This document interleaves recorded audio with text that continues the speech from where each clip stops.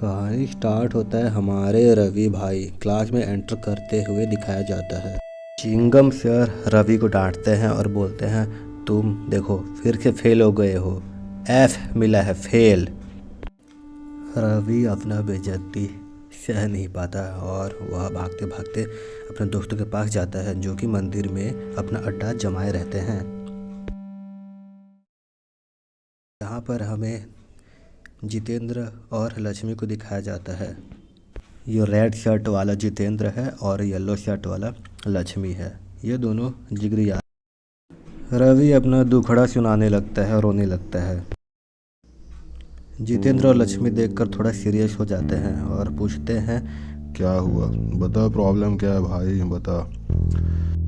यार आज स्कूल में फिर क्या चिंगम सर ने मेरा बेइज्जती किया। भाई प्रॉब्लम क्या समझ नहीं आता, मैं इंग्लिश में क्यों फेल होता हूँ बार बार। पूरा भाई सबके सामने मेरा रिपोर्ट कार्ड दिखा दिया, फेल। रवि भाई देख, सबसे पहले तो चैप्टर के समरी याद कर, वो ज़रूरी है। समरी याद कर ले, सब चीज़ ऑटोमेटिक आंसर याद आ जाएगा। तू समरी याद नहीं करता। आज के वीडियो में खाली आपको हेडफोन लगा लेना है कान में और समरी सुनना है, पूरा याद आ जाएगा जैसे कि आप मूवी देख रहे हो। पहला समरी देखते हैं, the lost child, written by Mulk Raj Anand. Shortcut में समझाता हूँ, खाली समरी, ठीक। गांव में मेला लगा रहता है। मेले में सब तरफ चहल पहल होता रहता है। यहाँ पर एंट्री होता है हमारे कैरेक्टर का। कैरेक्टर का नाम फादर, मदर और चाइल्ड। चाइल्ड टॉय शॉप में घूमता रहता है। उसे मन लगता रहता है मैं भी ये काश टॉय ले लूँ, पर उसके पापा खुशी वाला चेहरा दिखाते हैं। वो उसका मन उदास हो जाता है, बोलता है कोई फ़ायदा नहीं। ये मन में पहले से सोच लेता है कि कोई फ़ायदा नहीं यार, नहीं लेने वाले, मना करेंगे। यहाँ पर दिखाया जाता है चाइल्ड और मदर मस्टर्ड फील्ड, सरसों का खेत में ट्रैवलिंग करते रहते हैं। चाइल्ड अपना दुनिया में खोया रहता है, कभी कीड़ा पकड़ता है, कभी फूल देखता रहता है।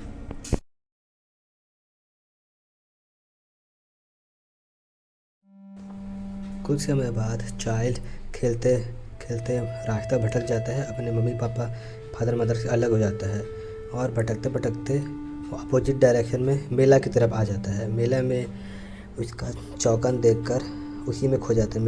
मेला की मिठाइयाँ, मेला में डिफरेंट टॉयस वगैरह देखकर अपने पेरेंट्स को थोड़ी देर के लिए भूल जाता है। वह मेले में आगे बढ़ते रहता है। कई सारे झूला, टॉयस वगैरह, मिठाइयाँ, बैलून एक्सेट्रा बहुत सारी चीज़ें देखता है।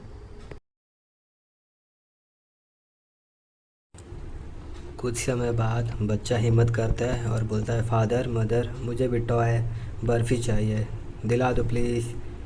लेकिन उसको होश आता है, अरे यार पेरेंट्स लोग मना करेंगे, बोलेंगे अरे तुम लालची हो, बदमाश बच्चे हो, चलो छोड़ो, मैं आगे मेला की ओर बढ़ता हूँ। बच्चा फिर देखता है स्नेक चार्मर को, सपेरा, जो अपना बीन बजाते रहता है। उसको बहुत मधुर लगता है संगीत, पर सोचता है अरे यार मेरे मम्मी पापा देख डालेंगे तो मुझे चिल्लाएंगे, डांटेंगे, चलो छोड़ो, यहाँ से आगे चलते हैं, आगे अगला दुकान चलते हैं। यहाँ पर बच्चा को दिखाई देता है मैरीगो राउंड अबाउट झूला। ये बहुत एक्साइटमेंट होता है, मुझे झूलना है करके बोलता है मम्मी पापा प्लीज़ मुझे झूलना है। बट पीछे से कोई आवाज़ नहीं आता। ये अपना मम्मी पापा को देखता है, कहाँ है मम्मी पापा, कहाँ हो आप, कहाँ हो। परेशान हो जाता है। अभी इसको होश आ जाता है कि मम्मी पापा तो पीछे छूट गए हैं, तो इधर उधर हर जगह खोजता है, चिल्लाता है मम्मी पापा कहाँ है।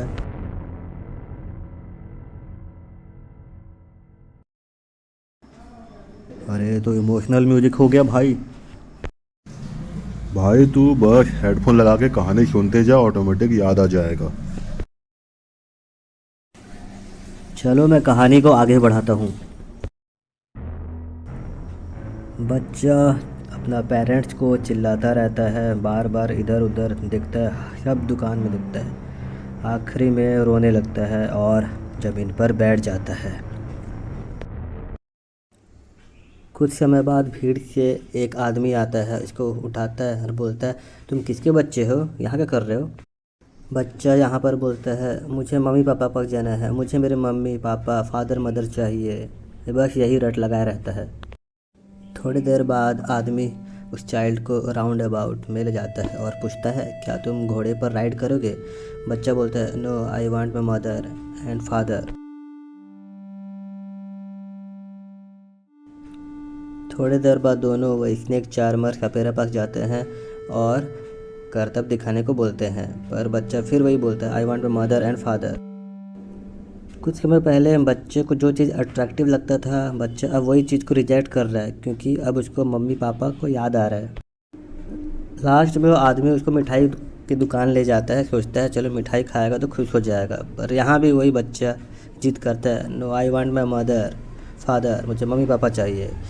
और इसी के साथ मिस्ट्री कंटिन्यूस। पता नहीं चलता कि कहानी में आगे उसके मम्मी पापा के साथ बच्चा वो रीयूनाइट मिल पाता है या नहीं, ये आपके ऊपर छोड़ दिया गया है राइटर ने। चलो आप लोग इसका आंसर बताने को ट्राई करो। रवि ट्राई करता है, बट उसके दोस्त लोग उससे बोलते हैं, भाई ट्राई करते रहो, घर में ट्राई करो, वीडियो को फिर से देखो, फिर से ट्राई करो, हो जाएगा। चलो जल्दी से दूसरा कहानी चैप्टर स्टार्ट करता हूँ। यह है the adventures of Toto bye Ruskin bond. Dehradun का सीन है, सेटिंग पूरा देहरादून में ही हुआ है।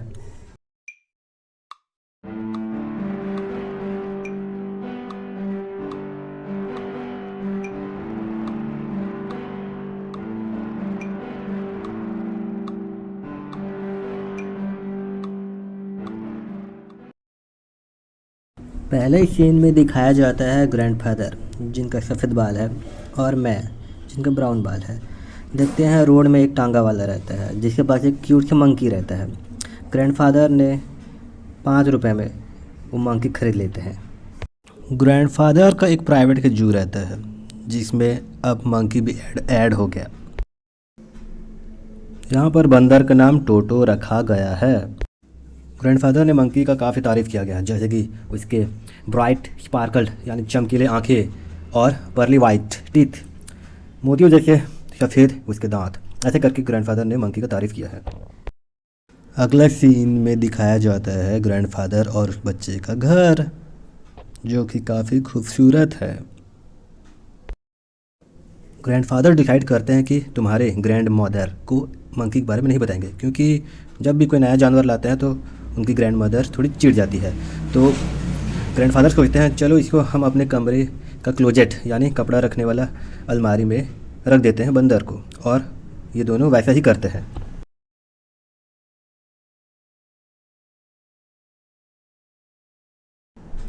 कुछ समय बाद आकर देखते हैं तो बंदर ने तो पूरा तहस नहस कर रखा है कपड़ों का।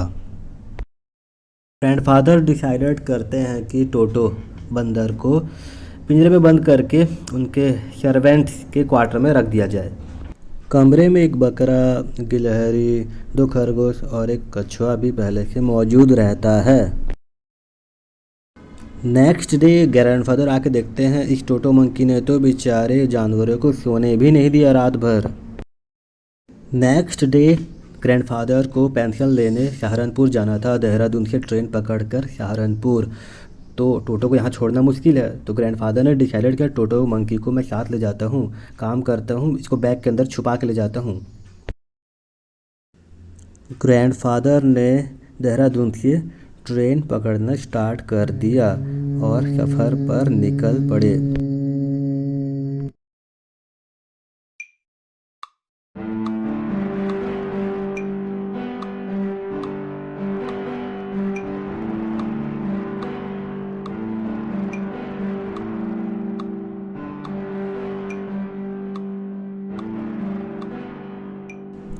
फाइनली सहारनपुर आ गए और देखा, अरे टीटी यहाँ पर घूम रहा है और टिकट मांगने लगा।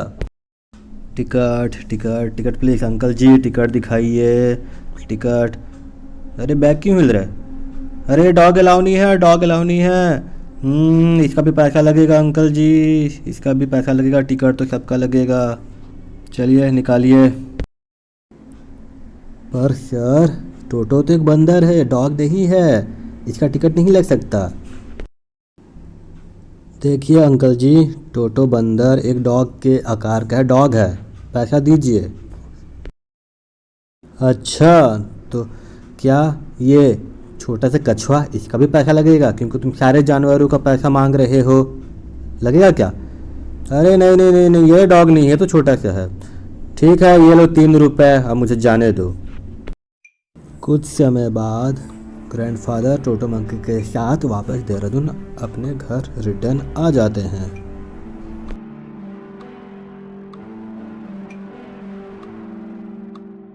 कुछ टाइम बाद ग्रैंड मदर को भी टोटो मंकी के बारे में पता चल जाता है और परमिशन दे देती है कि टोटो मंकी यहाँ इस डोंकी के नाम नाना है, इसके साथ रहेगा।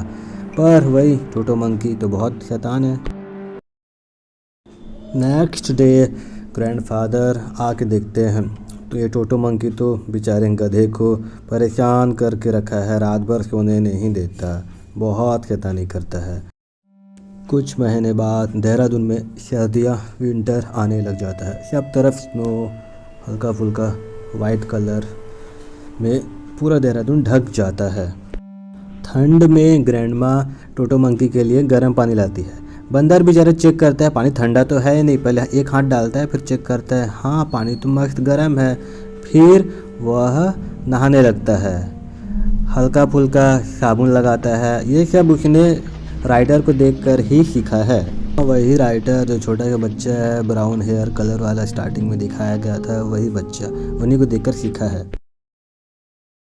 एक दिन की बात है, टोटो मंकी किचन के आसपास खेलता रहता है, देखता है पानी गर्म हो रहा है केटली में, लेकिन वो चाय बनाने के लिए रहता है पानी, पर ये सोचता है चलो यार ये तो नहाने के लिए पानी गर्म हो रहा है, नहा लेता हूँ, और उसमें वो नहाने लगता है।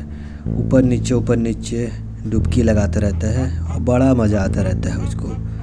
पर यहीं पर ग्रैंडमा देख लेती है और तुरंत भाग के आती, बोलती है अरे बेवकूफ़, नहाने का नहीं है ये तो चाय बनाने के लिए पानी गर्म किया था, तू उबल जाएगा, बॉईल हो जाएगा, बाहर निकल।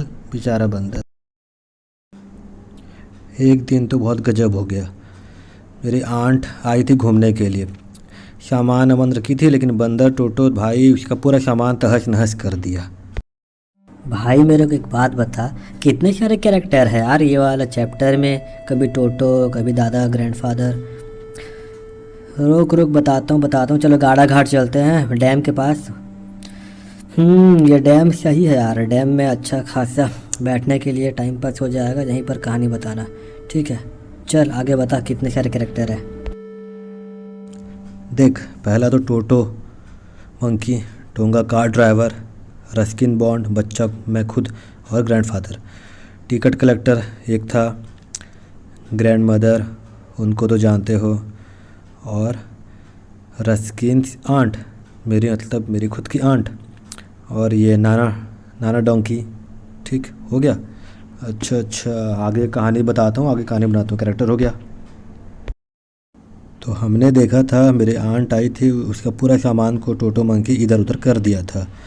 वन डे, एक दिन टोटो मंकी टेबल में रखा हुआ पुलाव और राइस खा रहा था, आराम से खा रहा था, पूरा मुंह में भर दे रहा था। अचानक ग्रैंड मदर आई, देखी, चिल्लाई टोटो मंकी पर।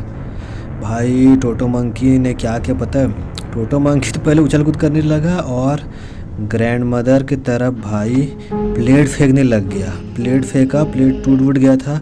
पर जैसे ही ग्रैंडफादर आए, देखे ये सब, टोटो मंकी चुपचाप पुलाव राइस लेके खिड़की में बैठ गया और बाहर चला गया। टोटो मंकी पुलाव डिश को लेकर बाहर निकलता है और जैक फ्रूट कटहल के पेड़ में जाके बैठ जाता है, वहीं बैठता है, वहीं खाता है, दोपहर भर तक वहीं खाता है, एक एक दाना खा देता है, पूरा ख़त्म करने का प्लान बनाता है। हम सब बाहर आते हैं, देखते हैं, ये बंदा नीचे आओ, ये करो। सुबह से शाम हो जाता है भाई, फिर भी वो खाते रहता है। एट लास्ट आखिरी में ग्रैंडफादर और ग्रैंड मदर हम सब डिसाइड करते हैं, भाई बंदर पालना, टोटो बंदर को पालना आसान नहीं है, बहुत खर्चा हो रहा है, कपड़े फाड़ दे रहा है, प्लेट फेंक दे रहा है, इसको तो भाई वापस टोंगा वाले को ही बेचना पड़ेगा। वापस चलो टोंगा वाले के पास चलते हैं और टोटो को वापस बेचते हैं। नेक्स्ट डे जाते हैं और टोंगा वाला उनको लकीली मिल जाता है और राजी भी हो जाता है टोंगा वाला, लेकिन 3 रुपये में वापस लूँगा बोलता है और टोटो को 3 रुपये में बेच देते हैं। इसी के साथ कहानी ख़त्म।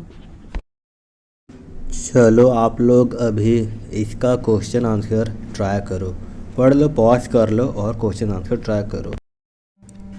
इसके बाद हम लोग अगला चैप्टर 3 में चलते हैं। उसका टाइटल है ईश्वरन द स्टोरी टेलर। ठीक, पहले कैरेक्टर देख लेते हैं। लेफ्ट वाला ईश्वरन और राइट वाला महेंद्र। पहले महेंद्र का खासियत देख लेते हैं। महेंद्र एक सुपरवाइज़र है। सुपरवाइज़र यानी जो कि सुपरवाइज करता है, उसके नीचे छोटे मोटे वर्कर लोग काम करते हैं। जैसे यहाँ पर माइनिंग का सुपरवाइज कर रहे हैं महेंद्र, माइनिंग वर्क।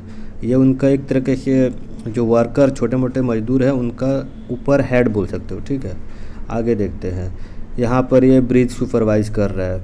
ठीक है, कहाँ पर क्या लगाना है, कैसे करना है। यहाँ पर महेंद्र फैक्ट्री में सुपरवाइज कर रहा है, मतलब ये सुपरवाइज़र है, मल्टीपल जगह काम करता है। महेंद्र एक खास बात ये है कि महेंद्र कहीं भी एडजस्ट हो जाता है, मस्त अपना दुनिया में रहता है। कहीं पर सोने बोले बाहर टेंट लगा के सो जाओ, वहाँ भी सो सकता है, कोई परेशानी नहीं होता, ये बिंदास रहता है। ठीक, उसको बोलो छोटा मोटा झोपड़पट्टी में सो जाओ, वहाँ भी सोने के लिए रेडी रहता है। देखो यहाँ पर मैं आपको एसेट्स का मीनिंग बता रहा हूँ। एसेट्स यानी ऐसा चीज़ जो आपको हेल्प करे, जैसे फाइनेंशियल एसेट, आप पैसा का एसेट, पैसा आपको हेल्प करता है। ह्यूमन एसेट्स, ह्यूमन लोग आपको हेल्प करते हैं, वो एसेट्स। ठीक है, प्रॉपर्टी एसेट्स, कोई लैंड ज़मीन, वो आपका रहने में हेल्प करता है, उसका वैल्यू कुछ सालों में बढ़ते रहता है ज़मीन का, देखिए हो ना, उसी को ही एसेट्स बोलते हैं। उसी प्रकार महेंद्र के पास भी एक एसेट्स है, उसका नाम है ईश्वरन।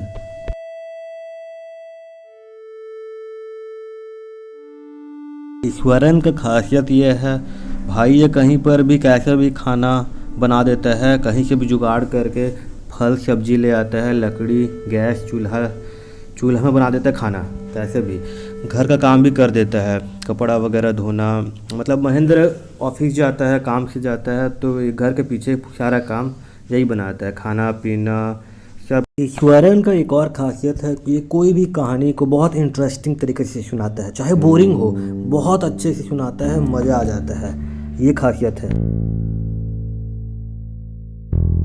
ईश्वरन कोई ना कोई कहानी अपना जीवन से, लाइफस्टाइल या कोई कहानी कहीं सुना हुआ आराम से बैठ कर मुझे सुनाता है। This time they both moved to a zinc sheet house near their work factory place. इस बार क्या हुआ, एक जिंक शीट वाला हाउस देखे हो ना, ये वाला फैक्ट्री के पास उन्होंने ये वाला घर उनको मिला, जिंक का शीट रहता है उस पर। यहाँ पर दिखाया जाता है कि तुरंत आते ही दोनों ने खाना बनाना स्टार्ट कर दिया। प्लस ये देखो जो बताया था ना, फैक्ट्री के जस्ट पीछे उनका घर था।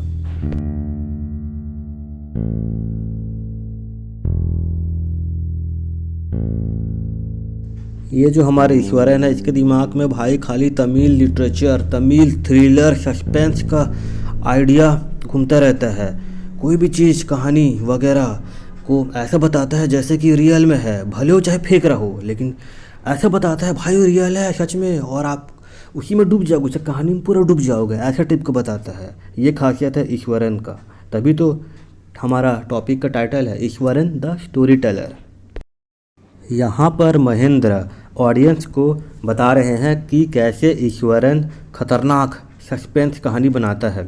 एक बार ईश्वरन ने महेंद्र को कहानी सुनाया, बताया कि भाई मैं अकेले जा रहा था सुनसान रोड में, अचानक क्या देखा भाई, वो पेड़ आँख उसका था, पेड़ का आँख था, मेरी तरफ बढ़ रहा था, हाथ पूरा खतरनाक हाथ फैला हुआ था, पेड़ मेरी तरफ बढ़ने का कोशिश कर रहा था, आगे आ रहा था, ऐसा करके बताया।